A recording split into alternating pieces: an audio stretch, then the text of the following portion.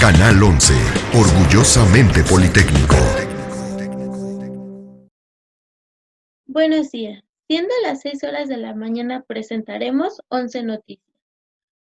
Como primer tema del día de hoy, conoceremos a un grupo de chicas pertenecientes a la Escuela Nacional de Medicina y Homeopatía del Instituto Politécnico Nacional, las cuales nos brindarán información acerca de la medicina árabe y su influencia en la Europa. Gracias, Carol. En esta sección hablaremos acerca de uno de los grandes desplazamientos que ha tenido la humanidad.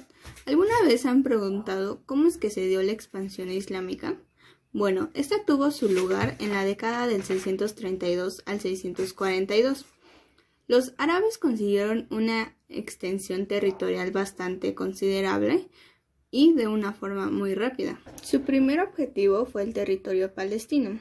Los árabes hicieron con Siria y Palestina y en esta conquista hubieron acontecimientos muy importantes, como lo fue la capitulación de Damasco en el 635, la batalla de Yarmouk en el 636 y la caída de Jerusalén en el 638.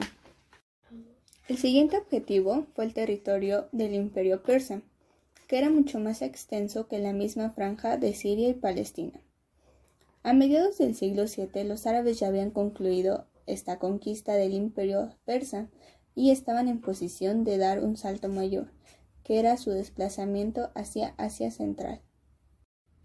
En el año 640, los musulmanes iniciaron la ofensiva, con el objetivo fundamental de conquistar la importante ciudad de Alejandría, que fue capturada tras un año de asedio en el 642. Unos años después, a mediados del siglo VII, tras consolidar su poder en Egipto, iniciarían su expansión que les permitiría dominar todo el norte de África. Esta expansión se puede dividir en 4 periodos: el califato, los omeyas, los abásidas y los turcos. El califato fue el que tuvo menos duración y tuvo su lugar en el 632 al 661. Aquí se divide a los musulmanes en chiíes y suníes. Los omeyas abarcan una gran expansión territorial, la cual los abásidas dividen ese territorio y se independizan conquistando Sicilia. Los turcos, por otro lado, conquistan Constantinopla y es el fin de la Edad Media. ¿Qué les pareció este tema? Interesante, ¿no? Bueno, ya que estamos viendo el Islam, ¿por qué no mencionamos la medicina del Corán? Los términos salud y enfermedad son muy frecuentes en los textos religiosos islámicos, entre ellos el Corán, que además de ser considerado un texto divino por sus orígenes, también es un libro humano que se ocupa de los aspectos fundamentales que rigen la vida terrenal entre los hombres y las mujeres. ¿Pero cómo se define a la enfermedad y a la salud? La salud pertenece al espíritu, al dominio de las creencias y los valores del hombre. Es una existencia terrenal que viene determinada por la divinidad tanto de los aspectos físicos o naturales como los existenciales. El concepto de enfermedad se construye desde la relación establecida entre el hombre y su fe. La enfermedad se describe como aquella situación de impermeabilidad al mensaje divino y negación de la verdad revelada al profeta. La medicina profética es en sentido estricto, empírico-creencial. Con esto me refiero a que no está basada en fundamentos racionales, sino exclusivamente es una fe incondicional y en la seguridad de que lo sobrenatural prima sobre lo natural. Es decir, que aquello que no puede ser explicado racionalmente es indudablemente producto de la oración divina y de fuerzas relacionadas con genios y demonios. Espero les haya gustado esta sección y nos vemos pronto. Los dejo con mi compañera Esther, que nos hablará sobre el inicio de la influencia clásica y la formación de la medicina árabe. ¿Alguna vez te has preguntado cómo es que la cultura clásica repercute en nosotros ahora en el presente? La cultura clásica tuvo su origen en Grecia, La influencia del mundo clásico se hace presente actualmente, como por ejemplo en las artes y el desarrollo científico y filosófico. Hasta el lenguaje cotidiano, los mitos griegos y romanos se han mantenido vigentes. La escultura, la arquitectura, la lengua y la filosofía son, definitivamente, los principales aportes culturales a la sociedad actual. Las formas arquitectónicas de la cultura griega más populares son sus templos, los edificios públicos, también los teatros al aire libre, plazas públicas, mausoleos, estadios que reflejaron el sentido de la armonía. La arquitectura de Roma emergió de la griega y se caracterizó por la solidez y grandiosidad de sus obras, tales como templos, panteones, arcos triunfales, coliseos, basílicas, entre otros. Ahora, siendo la escultura griega una referente constante de la romana, la contribución latina más importante en este arte es el retrato, debido a su gran realismo, expresividad y detalle. También se destaca el relieve paisajístico. La escultura griega, conocido como estilo severo, abarca gran variedad de géneros. La escultura en bronce, estelas y relieves arquitectónicos. La literatura griega da el despliegue del teatro y la poesía como géneros más desarrollados. Entre las más populares obras se encuentran la Ilíada y la Odisea. Las ciencias tuvieron un auge preponderante en la civilización griega clásica. Los griegos se atrevieron a buscar respuestas racionales a los fenómenos de la naturaleza, alejándose de los conceptos mitológicos o sobrenaturales. Tales de Mileto es considerado el primer científico de la historia. Pitágoras instauró las bases de la geometría. Hipócrates es calificado como el creador de la medicina científica y Arquímedes descubrió la teoría del desplazamiento de los cuerpos.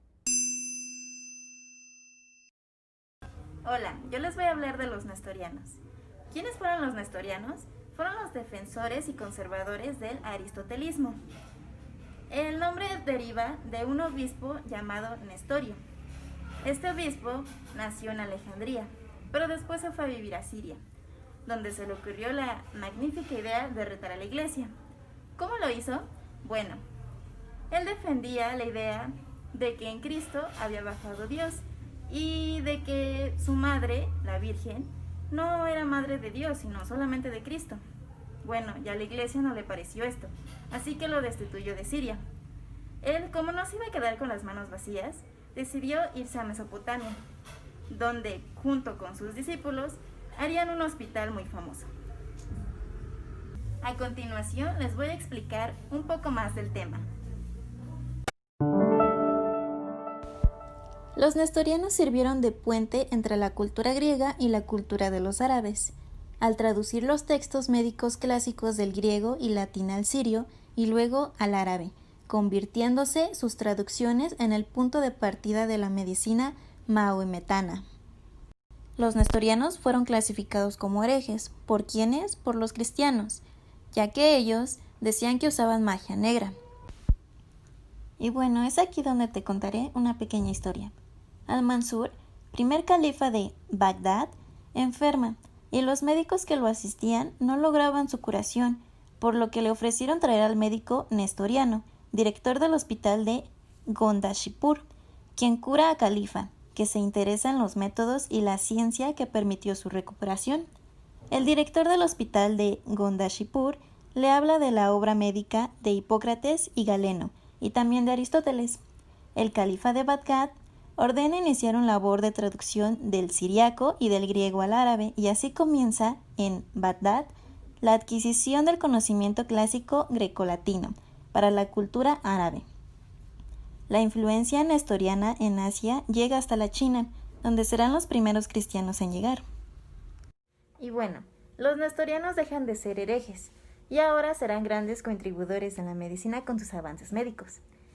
El siguiente paso será el florecimiento de la medicina, que tendrá como personajes a Rasés, Isaac el Hebreo y Jalí Abbas, entre otros personajes.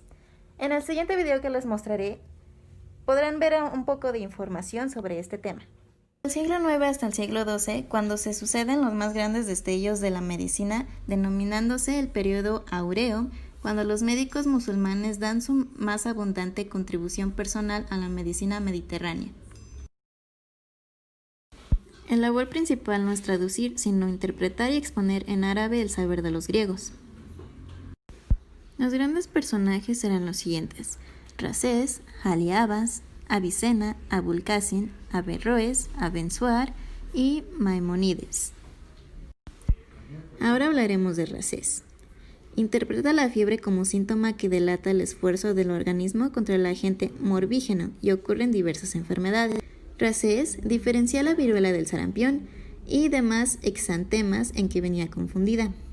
Describe la espina ventosa, la filaria cutánea, y su fama se difundió sobre todo por su obra enciclopédica de la medicina llamada el Hawi. Rasés fue el gran clínico del Islam. Rechazó la idea de que las enfermedades podían diagnosticarse mirando solo la orina. Rasés hizo fundamentales y duraderas contribuciones en los campos de la medicina, la alquimia y la filosofía que se registran en más de 184 libros y artículos en diversos campos de la ciencia.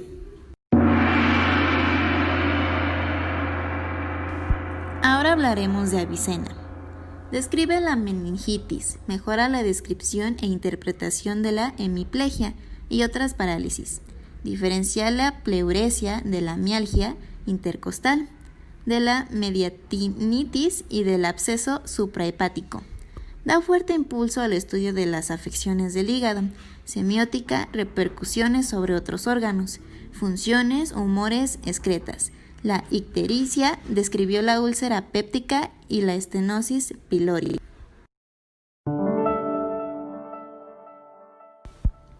Abençoar, que a diferencia de los anteriores que eran persas, este será hispanoárabe. Describió el cáncer de estómago, la pericarditis, el absceso del mediastino, la verruga senil y atribuyó la sarna a un pequeño animal. Su padre habló de neumotórax espontáneo. Escribió 3 obras, un tratado de terapéutica e higiene, un tratado de dietética y el libro que facilita la terapéutica y la dieta, redactado a petición de Averroes. Por último tenemos a Abulcasin, que es el padre de la cirugía moderna. La fama le llegó tras escribir una vasta enciclopedia médica, en 30 volúmenes o tratados, donde no solo recopilaba todo el conocimiento médico, farmacéutico y de cirugía de la época, sino que además hacía importantes aportaciones creando instrumental y procedimiento quirúrgico. Estudió la anatomía como base sistemática de la cirugía. Bueno, ahora sabes un poco sobre los nestorianos y también sobre el florecimiento de la medicina. A continuación te dejo con mi compañera con el siguiente tema. Gracias, Carol. ¿Alguna vez ha preguntado cómo veían el concepto de enfermedad la cultura árabe? Bueno, por allá del siglo VIII, Mahoma y sus seguidores consideraban a Alá el Dios supremo y a la enfermedad un castigo. El Alcorán prescribía las fórmulas de higiene y de vida, haciendo muchas referencias médicas que fueron escritas extraordinariamente y que sirvieron para el desarrollo de la medicina. Las enfermedades fueron clasificadas y ordenadas por los médicos árabes con arreglo a 2 criterios, uno fisiopatológico, con más precisión anátomo-fisiopatológico, y otro clínico. Y seguramente se estarán preguntando cómo es que trataban y diagnosticaban estas enfermedades. Pues bueno, por ejemplo, en la famosa escuela médica ubicada en Bagdad, fundada por el califa Al-Mansur, pusieron énfasis en el estudio de la clínica. Describieron enfermedades no estudiadas como mediastinitis, tuberculosis, sarna, enfermedades de pericardio. El diagnóstico se basaba en el comportamiento del paciente, la observación de la orina, heces, el dolor y el pulso. También uno de los médicos más ilustres del periodo clásico de la medicina árabe, Abu Bakr Muhammad ibn Zakaria, escribió 20 tomos al Al-Hawi. Describió el nervio laringio recurrente y en su Kitab al-Mansuri describió la patología de cálculos renales, donde también ideó ungüentos mercuriales. En su tratado Liber Medicinalis Amansoris y el Liber Pestilentia introdujo el uso de purgantes ventosos. También identifica y descubre la viruela, el sarampión. Como parte de su tratamiento aconsejaba en su libro Javi el juego de damas, la música, la lectura de los famosos cuentos Las 1001 noches. Recomendaba la higiene y la dieta. Vaya manera de tratar el sarampión y la viruela, ¿verdad? No por terminar esta sección, más sin embargo me queda presentar una nueva. Esta nueva sección es de datos árabes. ¿Ustedes alguna vez se han preguntado algo sobre la alquimia? ¿La han escuchado? Bueno, para los árabes la teoría y la práctica de ella ocupan un lugar considerable en el campo de la ciencia árabe. Javier ibn Hayyan o Geber, un sabio del siglo VIII, y el médico Raset fueron sus más grandes cultivadores. Al-Biruni y Avicena, sus críticos más calificados, en donde los alquimistas se lanzaron al empeño de la transmutación de los metales. Su origen no es precisamente árabe, sino que es anterior a ellos, seguramente greco-egipcio. Y se estarán preguntando qué es. Es la práctica protocientífica y una disciplina filosófica que combina elementos de la química, la metalúrgica, la física, la medicina, la astrología, la semiótica, el misticismo, el espiritualismo y el arte. Bien, teniendo claro qué es la alquimia, les haré una nueva pregunta. ¿Ustedes alguna vez han estado en una farmacia? Yo creo que todos alguna vez en nuestra vida hemos estado en una farmacia. Esto para los árabes tuvo un gran desarrollo gracias a la farmacopea, ya que introdujeron un gran número de drogas, hierbas y sobre todo elementos químicos. Geber y los alquimistas árabes, famosos por sus ingenios, en el siglo IX buscaban el procedimiento para fabricar oro. Asimismo, destacaron el uso de la herbolaria por los estudios minuciosos de Ibn al-Baitir, que describe en su libro El cuerpo de los simples 1400 drogas. Cabe destacar también el uso de lámara, amizcle, clavo, jengibre, nuez moscada, alcanfor, nuez vomica, esencia de flores y aguas aromáticas. Para finalizar esta sección, procederé a hacerles otra pregunta. ¿Ustedes alguna vez han estado en un hospital? ¿Han pensado desde cuándo existe? Bueno, ya existían desde los árabes. Para los árabes, los hospitales que proliferaron a través de todo el territorio influyó grandemente en el desarrollo tanto para el tratamiento de los pacientes como para la enseñanza de la medicina, y fueron considerados como modelos de bondad humana. Desde el hospital de Bimarastán de Godishpur, primero en ser escuela médica, donde estudiaban las enfermedades mentales, ya que contaban con salas especiales para los tratamientos médicos, en las cuales se incluían las lecturas del Alcorán. Había recitadores especiales y lectores de las 1001 noches. Aquí termina mi sección de datos árabes. Espero que haya sido de su grado. Devuelvo cámaras y micrófonos a Carol. Gracias.